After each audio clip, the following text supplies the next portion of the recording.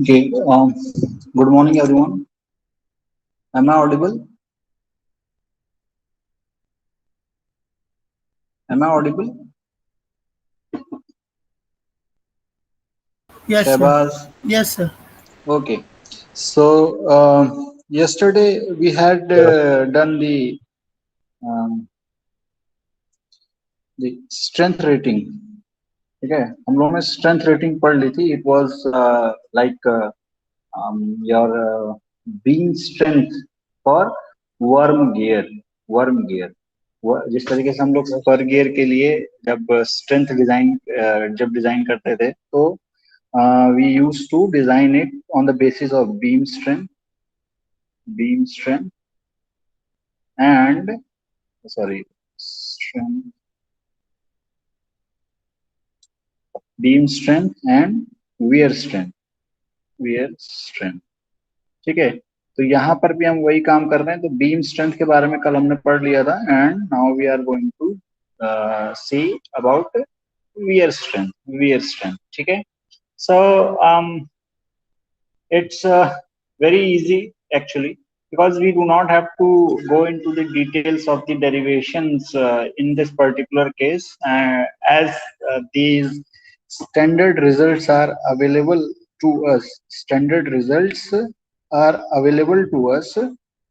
Okay, so again we are going to be use these relationships mt3 and mt4 for wear rating और wear strength के basis करने के लिए.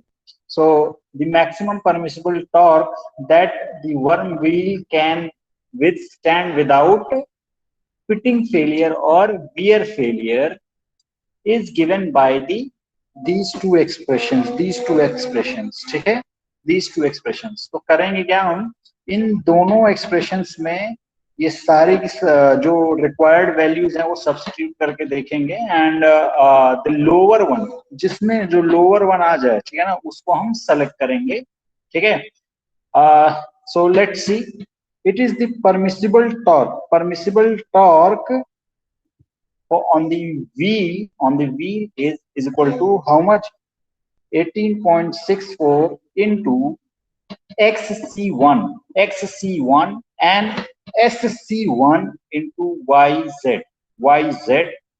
d2 to the power 1.8. So again यहाँ पर हम देखते हैं कि ये जो कुछ टर्म्स हैं xc1 और sc1 and yz, what are these and इनकी वैल्यूज कैसे मिलेंगी हमें. ठीक है, तो mt3 and mt4 are the maximum torque on the worm wheel. mt3 and mt4 are the maximum torque values on the wheel.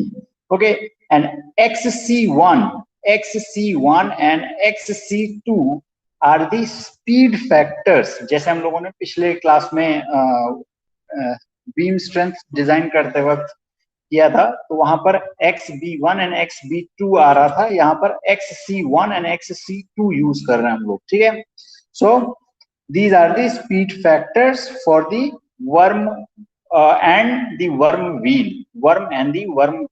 ठीक है, दोनों के लिए अलग अलग. ठीक है ना, पहला वाला जो हम डिनोट कर रहे हैं वो वर्म के लिए डिनोट कर रहे हैं and the second one is for the wheel.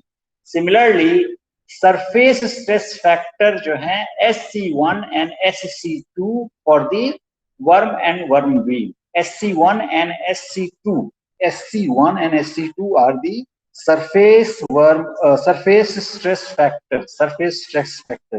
जिस तरीके से पिछली क्लास में हम लोगों ने देखा था SB1 and SB2 were the stress factor. ठीक है, तो बीम स्ट्रेस फैक्टर या बेंडिंग स्ट्रेस फैक्टर से के टर्म्स में था, और उसी तरीके से यहाँ पर भी वी आर हैविंग, हम लोग सरफेस वियर की बात कर रहे हैं, तो सरफेस स्ट्रेस फैक्टर यहाँ पर हम अकाउंट करेंगे. ठीक है ना, and YZ is your zone factor. ठीक है, so let's see. And one thing is to be noted here these are the standard results, and these values XC1 and XC2, SC1 and SC2, and your YZ zone factor is already tabulated and presented in the form of charts. ठीक है ना? For example, if you are having, if you want to find the value of stress factor SC1 and SC2 for different materials, we are having the value of this your surface stress factor. Similarly, for zone factor YZ, we are having different values of zone factor depending upon what? The number of start and diametral quotient. ठीक है, diametral quotient. तो मैं आपसे एक चीज सवाल यहाँ पूछूं, यहाँ पर एक सवाल आप लोगों से पूछूं, तो ये बताइए कि ये जो आपका सरफेस स्ट्रेस फैक्टर है, सरफेस स्ट्रेस फैक्टर किस पे डिपेंड करता है? सरफेस स्ट्रेस फैक्टर SC किस चीज पे डिपेंड करती है? सरफेस स्ट्रेस फैक्टर की वैल्यू किस पे डिपेंड करती है?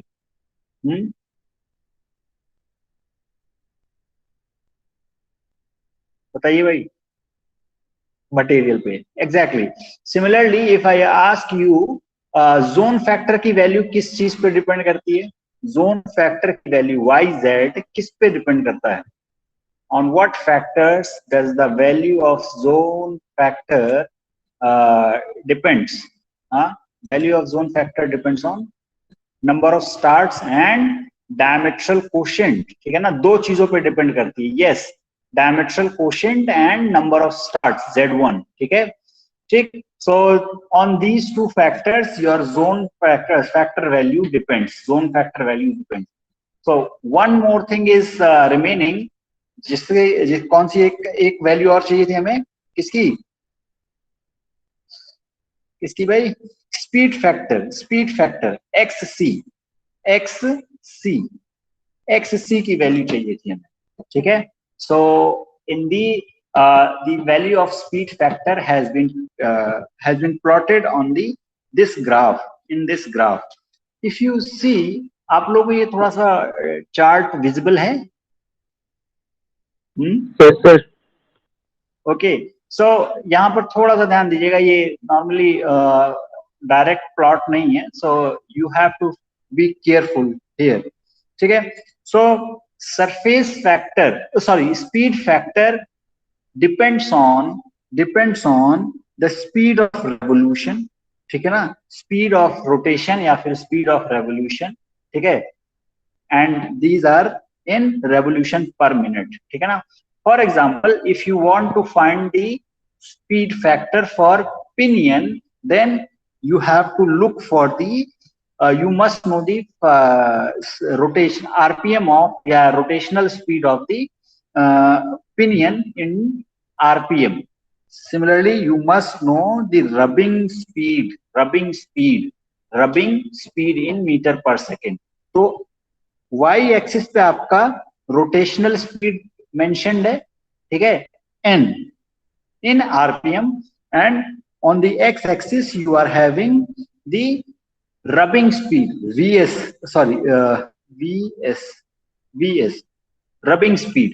ठीक है, rubbing speed, and you can see these lines इनके ऊपर जो ये 0.05, 0.06, 0.08, these are the values of speed factors. ये constant speed factor lines हैं।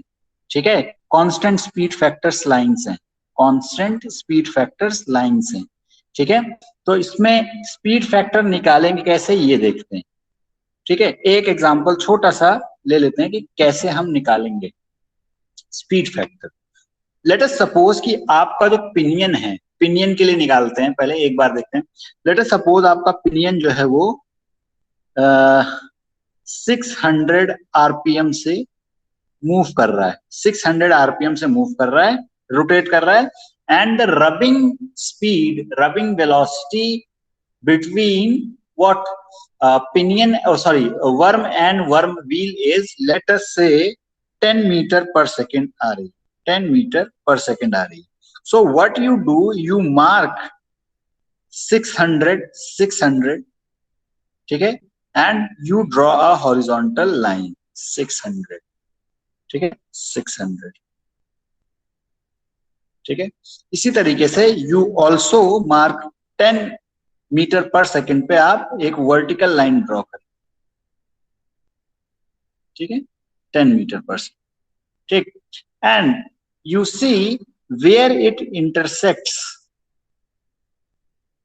ठीक है. सो इट इज इंटरसेक्टिंग, अगर आप एक लाइन जैसे ये 0.12 एंड 0.14 के बीच में कहीं इंटरसेक्ट कर रहा है, तो there must be a line,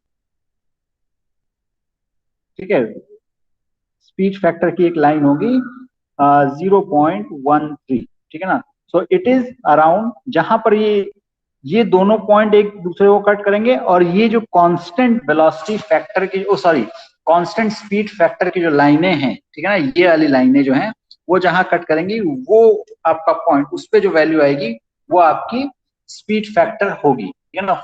So for this particular example, we are having the speed factor value 0.13.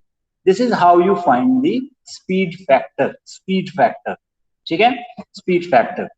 So ज्यादा आसानी से इस पे समझ में आएगा कि अगर आप एक न्यूमेरिकल करें, ठीक है ना. So I suggest first of all you write these expressions in your notebook. Note it down. These are very important expressions. ठीक है. First of all, you note it down. Take, this will help in solving the numericals. Solving the numericals. ठीक है. Note it down.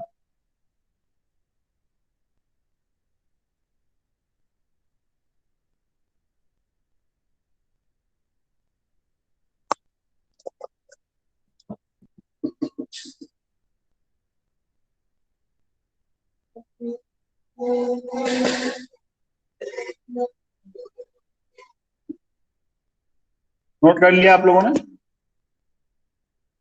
Shall I proceed?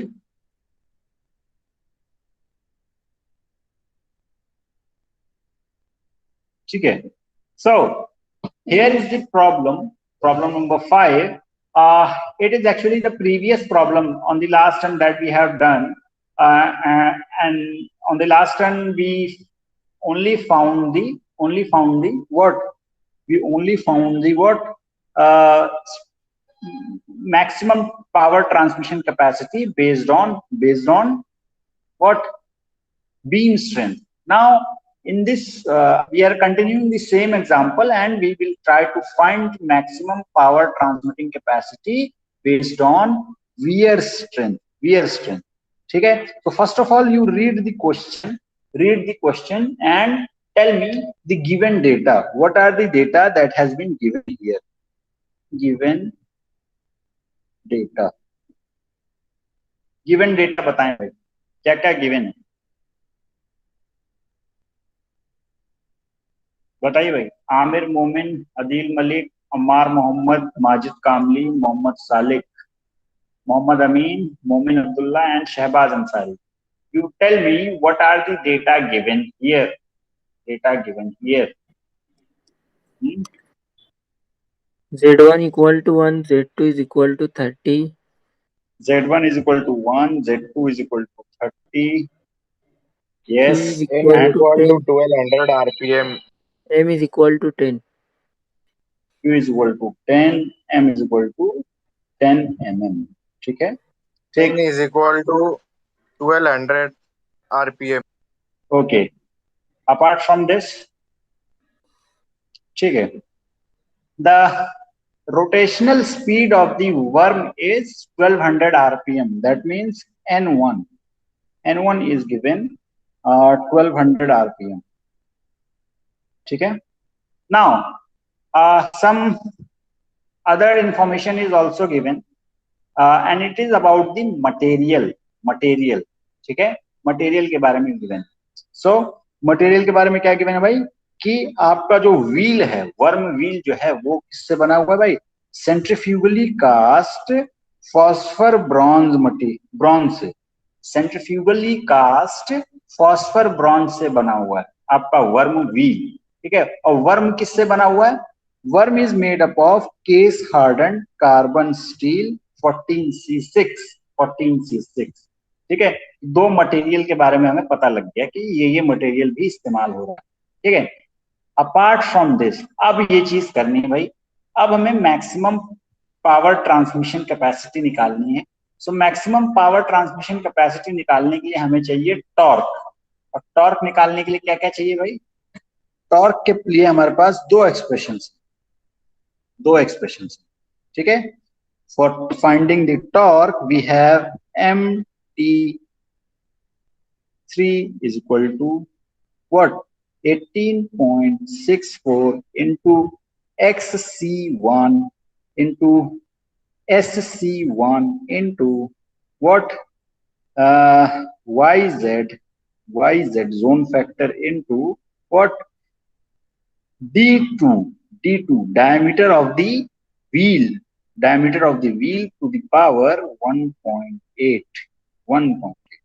Similarly, you have mt4 is equal to 18.64 into xc2 into sc2 into yz into d2 to the power 1.8. ठीक है, यही था और कुछ था? If you see, these are the expressions, ठीक है ना। So ये चीजें हमको चाहिए, ठीक है। तो हमें yz चाहिए, d2 चाहिए, and xc and sc1 and sc2, xc1 and xc2 चाहिए। तो yz तो टेबल से देख लेंगे, SC1 एंड SC2 भी टेबल से देख लेंगे, XC1 एंड XC2 हम चार्ट से देखेंगे, ठीक है। तो पहले जो डेटा हम निकाल सकते हैं वो देखते हैं। तो first of all we want to find what? आपका ये D2 क्या होगा? डायमीटर ऑफ द व्हील क्या होगा?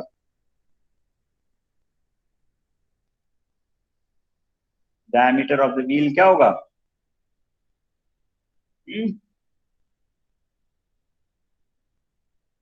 Tell me. Diameter of the wheel is 300। क्यों? क्योंकि number of teeth on the wheel into module, तो 30 into Z2 into M is equal to 300 mm, ठीक है। तो D2 आ गया। D1 क्या होगा भाई? हाँ, D1 is equal to QM and it is 100 mm, ठीक है। तो ये चीज तो आ गई भाई। हमारे पास अब हमें क्या चाहिए? YZ की वैल्यू चाहिए, YZ, ठीक है। तो एक मिनट, एक चीज और निकाल लेते हैं। N2 हमें पता है, तो सॉरी N1 हमें पता है, तो N2 क्या होगा? N2 upon N1 is equal to Z1 upon Z2, and it implies that N2 is equal to Z1 कितना है भाई? 1, and Z2 कितना है? 30. Z, yes, so it will be around where, how much? 40 RPM, 40 RPM. Now, तो N2 आ गया। Now, अब हम क्या क्या निकाल सकते हैं? D2 निकल आया हमारे पास, YZ निकाल लेते हैं, YZ, and YZ is, we can go and look into the table. What? YZ is क्या भाई? Z1 हमारा 1 है and Q हमारा 10 है, तो 1 and 10, so YZ is 1.143 from the table. So YZ is equal to what? 1.143. Now, what we have to find is XC1 and XC1 नहीं, पहले हम SC1 फाइंड करते हैं, surface stress factor SC1. SC1 is for what? Worm, and worm is made up of case hardened carbon steel. Case hardened carbon steel 14C6 and its value is 4.93. ठीक है ना, तो SC1 तो हमें मिल गया 4.93. Similarly, SC2 can also be found from the table, and the material for the wheel is phosphor bronze centrifugally cast phosphor bronze. ठीक है, phosphor bronze. And here are some values, multiple values of SC1 की multiple values हैं. So which one to use?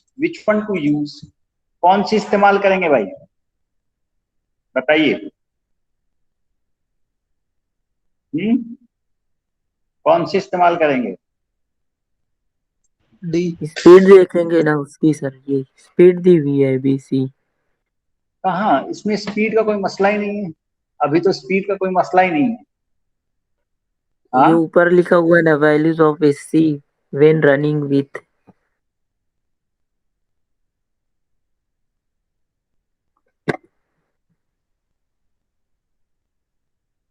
Okay, ठीक. Okay, ठीक है.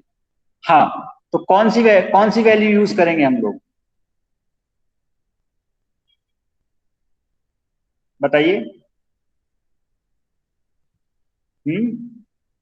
इसमें हम कौन सी वैल्यू यूज करेंगे, आप लोग निकाल के बताइए.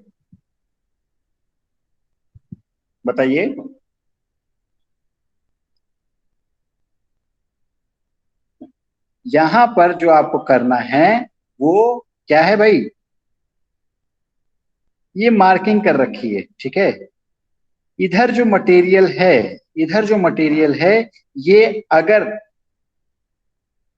आपको बस ये देखना है कि क्या पिनियन वर्म किस मटेरियल का बना है, वर्म, ठीक है.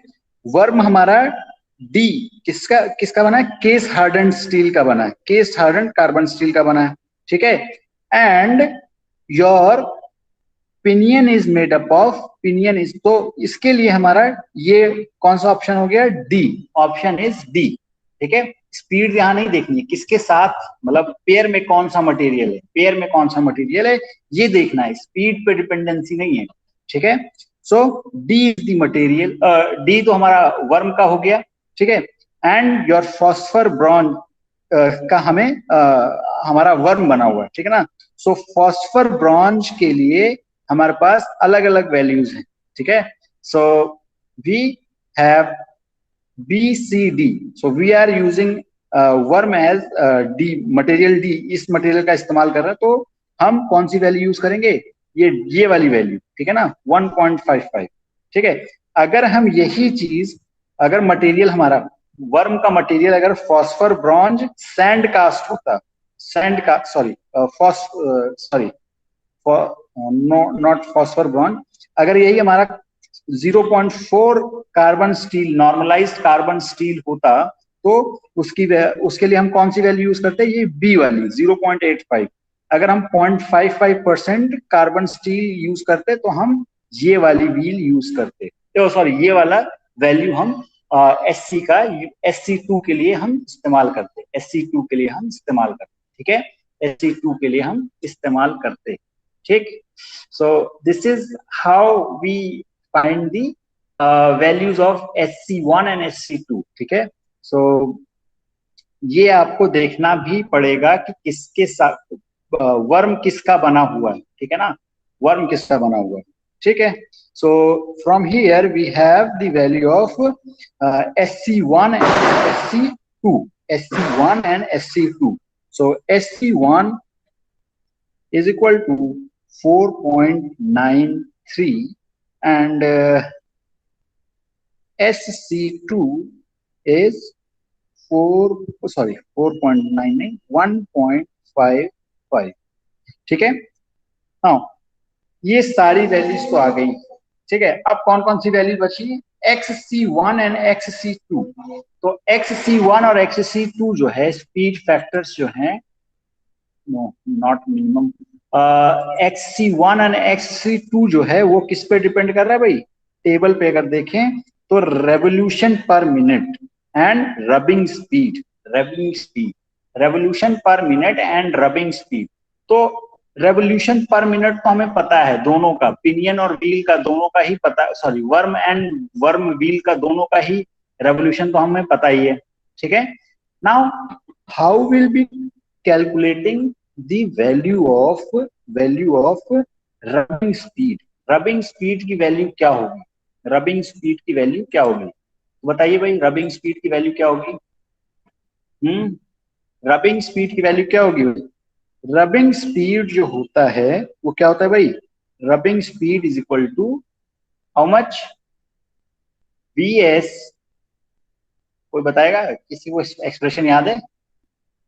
Anyone? VS is equal to pi D1 N1 upon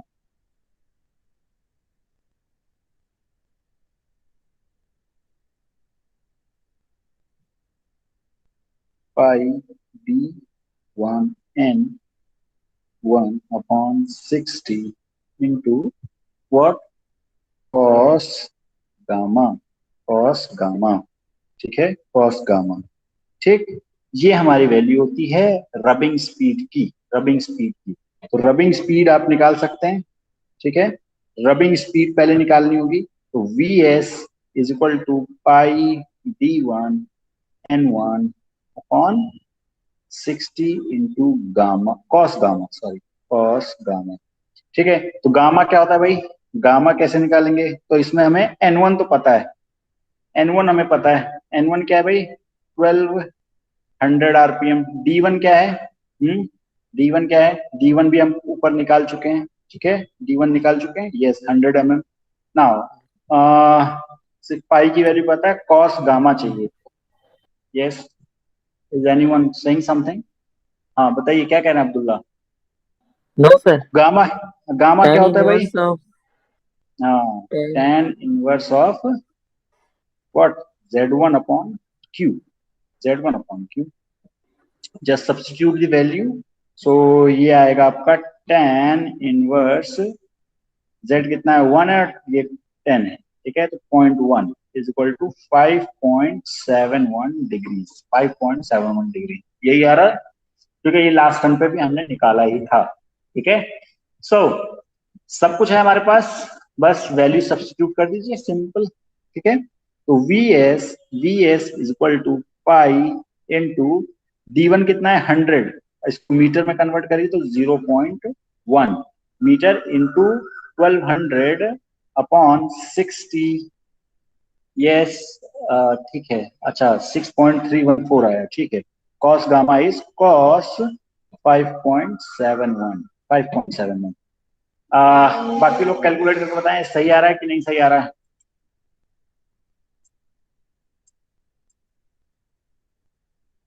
6.314।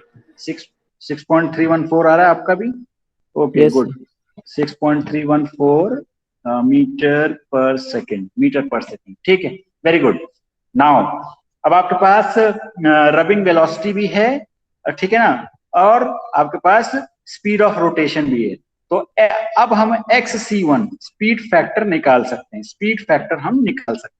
So what will be the speed factor? पहले XC1 निकालते हैं। ठीक है, पिनियन के लिए, ओ वर्म के लिए निकालते हैं।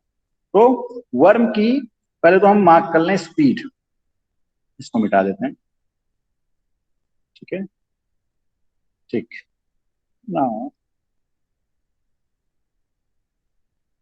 ठीक है, सो हमारी जो वैल्यू है, स्पीड की वैल्यू देख लेते हैं।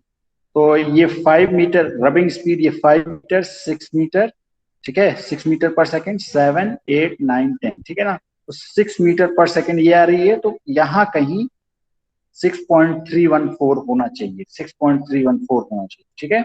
यहाँ पर तो we can draw a line, we can draw a line,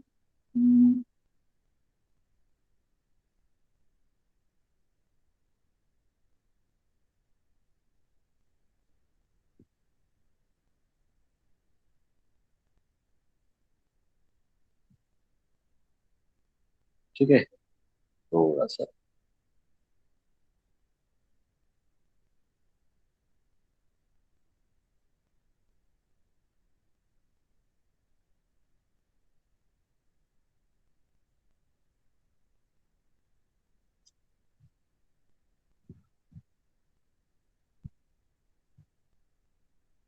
ठीक है, नाउ दिस इज गुड, ठीक है। एंड अब हम XC1 निकालेंगे।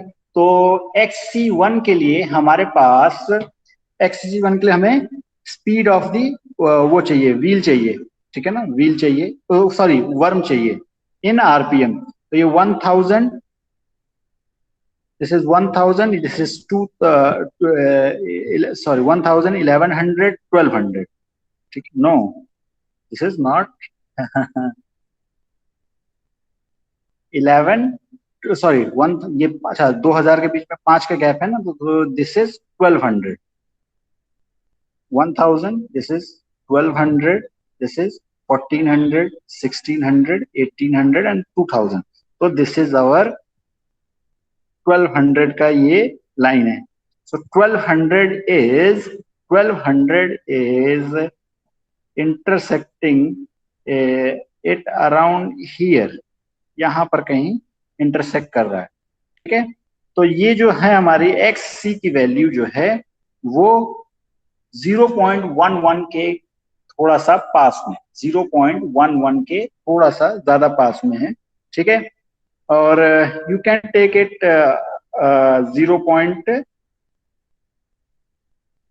और 0.11 एंड 0.12 के बीच में इंटरसेक्ट कर रहा है, 0.11 एंड 0.12 के बीच में इंटरसेक्ट कर रहा है।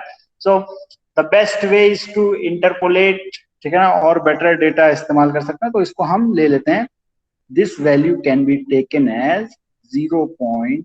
ये अगर एक लाइन ऐसे ड्रॉ करें यहाँ पे, ठीक है, इसके पैरेलल, जो कि यहां से पास होती जा रही है, ठीक है ना, तो this line will be 0.112 around, रफली, इट इज रफली, आई एम कैलकुलेटिंग, ठीक है ना, तो रफली इट विल बी अराउंड 0.112, ठीक है ना, क्योंकि ये ज्यादा पास किसके 0.11 के पास है, 0.12 के सिर्फ काफी दूरी पर है, ठीक है ना, काफी दूरी पर है, ठीक है। So we are taking it as 0.112। So XC1 is 0.112, ठीक है। Now for XC2 मतलब speed factor for the wheel, speed factor for the wheel will be equal to what? Speed factor for the wheel will be equal to कितना होगा भाई speed factor for the wheel? तो speed factor wheel की speed क्या है भाई 40, तो ये 40 यहाँ मार्क है। And you draw the horizontal line this से और ड्रॉ करते चले जाएं और देखिए कहाँ इंटरसेक्ट कर रहा है, ये कहाँ इंटरसेक्ट कर रहा है।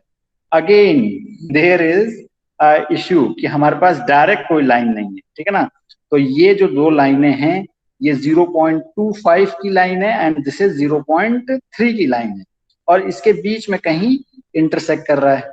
So you can divide it, ठीक है ना, तो you can draw many lines, ठीक है, ठीक। So you can say that it is रफली around 0.26, that means XC2 is equal to 0.26, क्योंकि 0.25 के ज्यादा पास है इन कंपैरिजन टू 0.3 के, ठीक है, ठीक। So this is how you find the value of speed factors, ठीक है।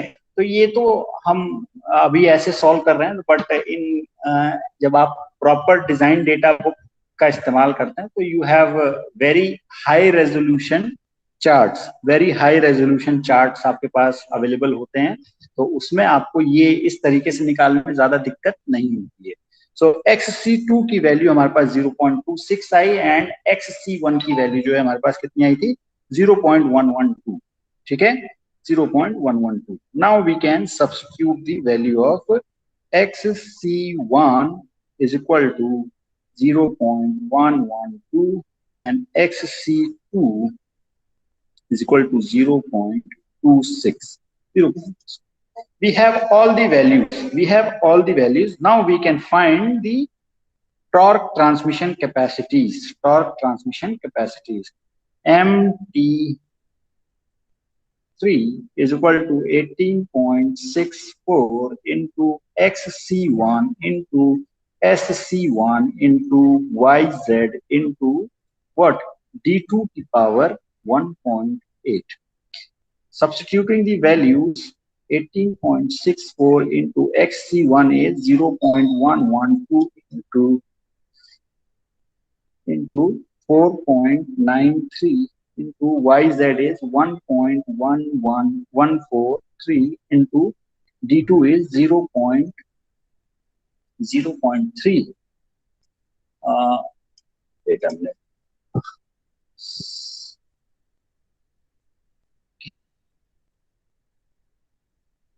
Okay. Here we will be substituting D2 in mm. 300 to the power 1.8. 300 to the power 1.8. Okay. So you tell me what is the value that you are getting. बताइए भाई, ये कितनी value आ रही है? इसी तरीके से आप लोग कैलकुलेट करके बताएं. I am writing for next thing 18.64 into XC2 into SC2 into YZ into 2 to the power 1.8. Okay. This is 18.64. बताइए भाई कैलकुलेट करके. XC2 into XC2 कितना है भाई? 0.26 into SC2 कितना है? 1.55 into YZ is 1.143 into 300 to the power 1.8. So you all tell me the values. 10 to the power 3. Okay, MT3 is coming out to be 332,153.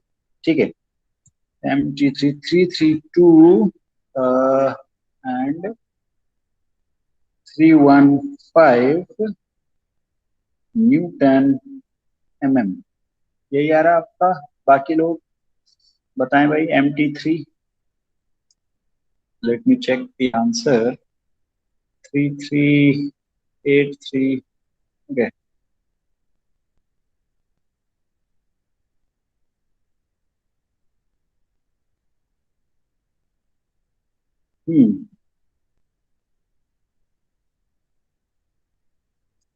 थोड़ा सा चेक करें भाई. 338357. 338357 न्यूटन mm. ठीक है. और ये कितना आ रहा है आपका?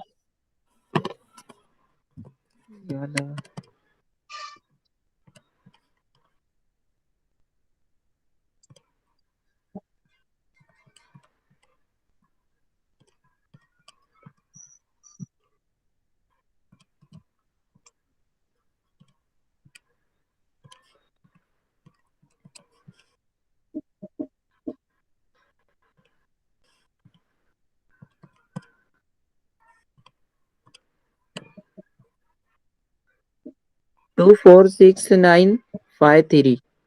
246,953. Okay. 246,953 न्यूटन mm, ठीक है, न्यूटन mm, ये आपका टॉर्क आ गया।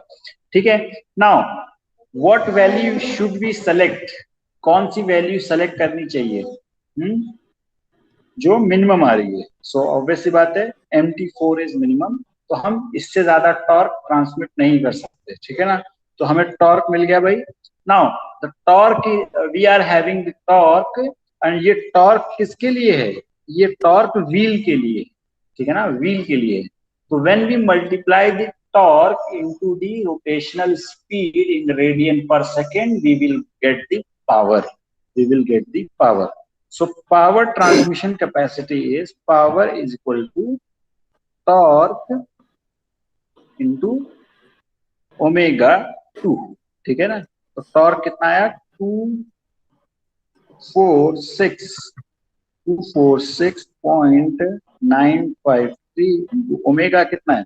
40 आरपीएम है। इसको आपको रेडियन पर सेकंड में लिखना है, रेडियन पर सेकंड में लिखना है। सो रेडियन पर सेकंड में लिखने क्या क्या लिखेंगे भाई? 2 पाई N2/60 और N2 यहाँ पे क्या है? 40 RPM, 40 RPM. So calculate it and tell me the value, कितना वैल्यू आ रहा है आपका?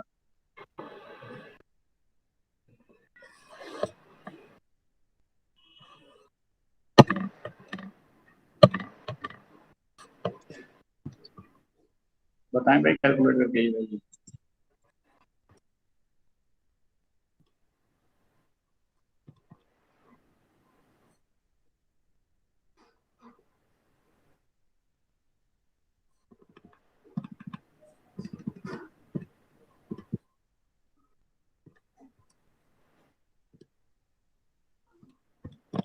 टेन 10.34 किलोवाट, 10.34 किलोवाट, ठीक है।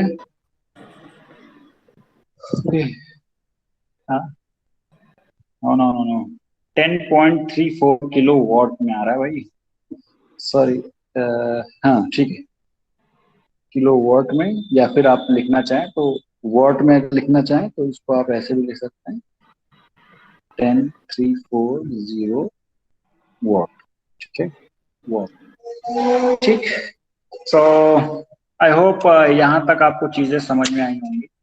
तो इसमें आप में से किसी को कोई चीज जो ऐसी हो जो पूछना चाहते हो या डाउट हो, कुछ ऐसा इसमें डिस्कस करना चाहते हो, तो आप लोग डिस्कस कर सकते हैं। हाँ, no, Adeel, Ammar, Salik, Amin, Abdullah, Shahbaz, anything till now what we have studied, you can ask, you can, if you have any query, please ask.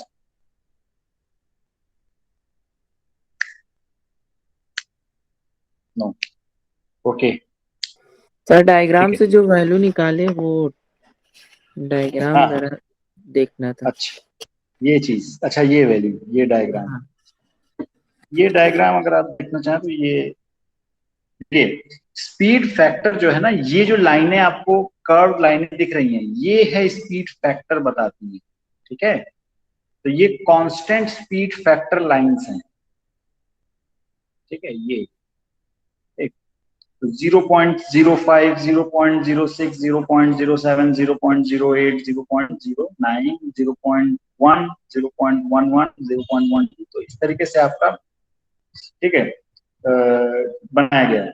एक if you want you can, यहाँ पे तो बहुत कम रेजोल्यूशन है, ठीक है, तो आप चाहें तो और इसको और लाइनें और ड्रॉ कर सकते हैं, ठीक है ना। अगर आपके पास वो हो, क्या ना, परफेक्ट ज्योमेट्री हो, मतलब टूल्स हो कि आप इसको और रिजॉल्व कर सकें, तो you can draw parallel lines to these line, ठीक है ना। इन लाइंस के बीच में तो आपका और ज्यादा रेजोल्यूशन मिल जाएगा, और ज्यादा रेजोल्यूशन मिल जाएगा, ठीक है, और ज्यादा रेजोल्यूशन मिल जाएगा, ठीक, ठीक। Anything else? No sir, thank you. ठीक है, ओके। ठीक है, कल हम दो टॉपिक और बचे हैं। एक तो material for the worm and worm B, and thermal consideration in worm gear design में हम थर्मल कंसिडरेशन को अकाउंट करेंगे, तो वो देखना है हमको। ठीक है, so we will see we will do it tomorrow. ठीक है, thank you. All of you are free to leave. And one more thing before you leave, I would like to say is I'm going to post an assignment, and you have to submit the assignment for each unit. There are 6 units and I have covered 4. 4 unit मैंने cover कर लिए हैं, and you all have to submit. I will post 4 assignments today and you have to submit all the assignments. Okay, and remaining 2 will be posted when the other 2 units will be covered. Okay, so thank you everyone. Okay, you all can leave now.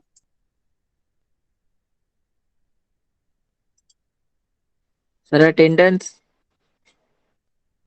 हो गई भाई, आपकी attendance हो गई। Okay. आपकी attendance इतनी ज्यादा है, मतलब अभी तो इस वक्त मामला